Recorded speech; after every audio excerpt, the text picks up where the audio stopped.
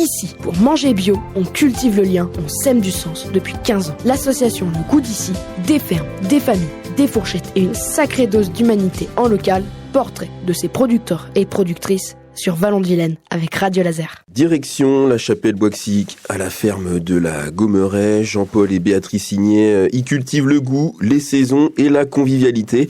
En bio, sur 50 hectares, ils produisent fruits, légumes, farines et bien plus encore. Sous la marque Saveurs et Couleurs, tout un monde local se trouve dans vos assiettes. Et comme Le Goût d'ici fête ses 15 ans, on avait très envie d'entendre un de ses adhérents. Bonjour Jean-Paul Ignet. Oui, bonjour. Alors Jean-Paul, quand on arrive à la Gommeraie, on sent que tout est pensé avec passion. C'est important pour vous, dès le début, d'être en bio d'ailleurs ? C'était déjà un projet qu'on avait en tête très, très rapidement, même avant de s'installer. C'est-à-dire que moi, j'ai suivi une formation en agriculture biologique après un parcours classique en lycée agricole.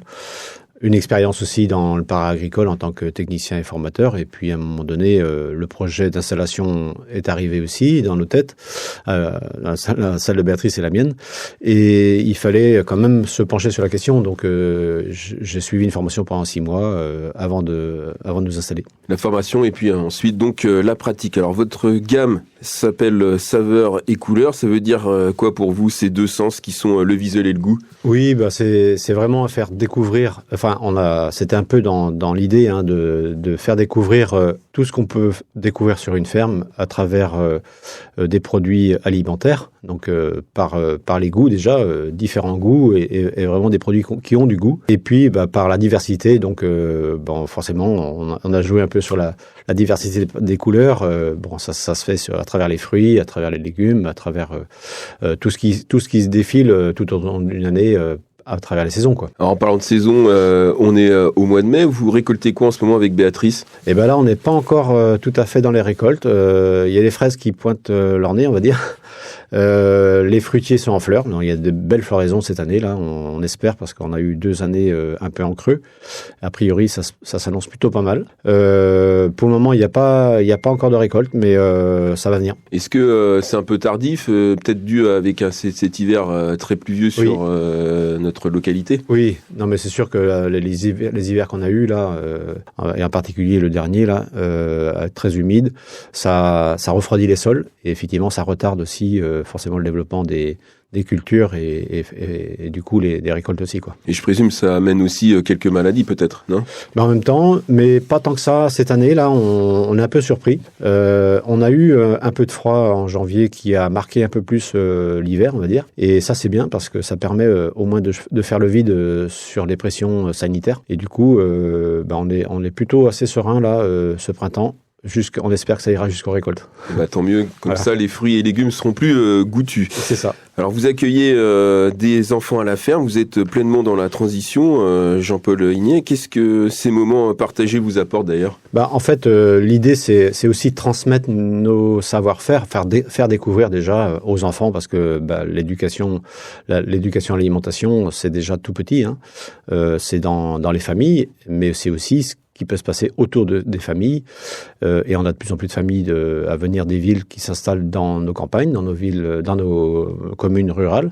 Et je pense qu'en tant que paysan, on a aussi un rôle de ce côté-là, d'éducation à l'environnement, d'éducation à l'alimentation, à découvrir des goûts, différents produits, des légumes ou des fruits qui ne sont pas forcément connus. Et ça fait partie un peu de nos objectif pour nous aussi. Est-ce que vous trouvez qu'il y a une carence, un déficit d'information pour, par exemple, les néo-ruraux ? Je crois que c'est le terme des personnes qui viennent des villes pour s'installer à la campagne. Vous pensez que il faut quand même éduquer ? Alors je pense, oui, quand même, même si les instituts, les enseignants, certains sont éveillés à ça et ils essayent d'aller découvrir, mais ils ont aussi un référentiel à respecter et souvent dans ces référentiels-là ne sont pas intégrés justement cette partie de découverte sur des choses toutes simples en fait, qui reviennent à des fondamentaux, de se nourrir déjà dans un premier temps et puis de se nourrir avec des bons produits, des produits variés qui apportent des nutriments, quoi. Donc, ça, c'est important. Alors parlons de la palette des produits que vous élevez, si je puis dire,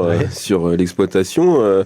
Donc vous avez évoqué tout à l'heure les fraises. Alors en fruits, c'est quoi que vous produisez? Alors nous, c'est surtout les pommes. Alors pommes à manger ou à transformer. Alors qu'on transforme en jus, en cidre. Et en vinaigre. Alors les jus, quelquefois on les assemble aussi avec d'autres jus de fruits, soit avec de la fraise, de la framboise, du cassis. Et puis on peut aussi faire des jus pétillants. Donc là c'est un peu plus, on va dire entre guillemets le champomis fermier, quoi. Bah, c'est à la mode. Hein. On voit qu'il y a même sur Rennes des bars qui s'ouvrent, des bars sans alcool. Oui. Donc vous êtes dans la tendance, quoi. Oui, alors on cherche pas forcément ça. Hein. L'idée, c'est aussi de diversifier toujours, hein. Diversifier, d'avoir une gamme. Si un produit ne plaît pas pour l'un, il va plaire pour l'autre. Et puis un produit en appelle un autre. Enfin, c'est le jeu du commerce, en fait. Vous avez dit que vous produisez du vinaigre de cidre. Oui. J'ai appris qu'une cuillère de vinaigre le matin, c'est bénéfique. Vous en pensez quoi? Ah mais carrément, c'est préconisé. Alors moi je le fais pas forcément, c'est pas si évident que ça de consommer un vinaigre dès le matin. Dès le matin. Alors si on l'assemble avec un peu de miel, ça passe un peu mieux déjà. Donc c'est deux produits avec énormément de vertus. Ah oui, carrément, oui. Alors, vous êtes adhérent au Goût d'ici, Jean-Paul Ligné. Qu'est-ce que ce partenariat change pour vous au quotidien d'ailleurs? Alors déjà, il faut revenir sur l'historique parce que effectivement, on va fêter les 15 ans. Alors, je suis avec deux autres collègues, 3 membres fondateurs là.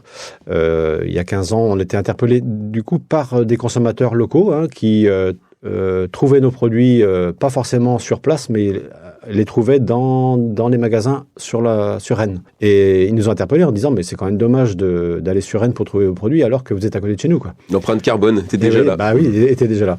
Et du coup, on s'est retrouvés à quelques-uns et puis on a mené une réflexion sur qu'est-ce qu'on pourrait mettre en place pour pouvoir proposer la gamme de produits locaux aux consommateurs de proximité.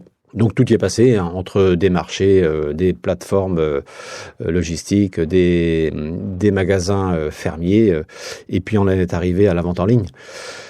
Parce qu'il y avait une expérience déjà qui était expérimentée ailleurs, on s'est renseigné, puis on a mis ça en place sur la zone de Guichen et les environs. Et puis finalement, c'est plutôt satisfaisant.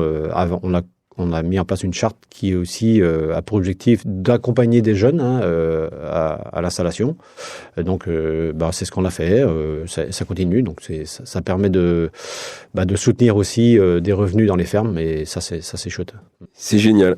Merci d'être venu en studio. Alors, je vais vous poser avant de se quitter ma dernière question que j'ai posée aussi aux autres productrices et producteurs du Goût d'ici qui sont venus au studio de Radio Laser. Qu'est-ce que vous appréciez le plus dans votre commune, La Chapelle-Bouexic? Ce que j'apprécie le plus, c'est le lien social que on peut entretenir. Et quelquefois, il faut le provoquer, hein. Mais je pense que le paysan a un rôle dans cet entretien de lien social. Il n'y a pas de pays sans paysans, hein, ça c'est bien connu. Et effectivement, je trouve qu'à La Chapelle, on a ça. On a aussi des élus qui vont dans le même sens, et ça c'est chouette parce que du coup, on sent qu'il y a un dynamisme et on essaie d'y participer, quoi. Donc beaucoup de liens sociaux sur La Chapelle-Bouexic. C'est ça. À la ferme de la Gommeraie, on cultive bien plus que les pommes et des fraises. On y cultive du lien et du bon sens. C'est une vraie envie de transmettre. On vous remercie, Jean-Paul. Merci et bonne continuation. Et puis bonjour à Béatrice. Bonne journée. Puis on attend plein de monde aux 15 ans. Les 15 ans, bien sûr, de Goût d'ici. Au revoir. Merci, au revoir.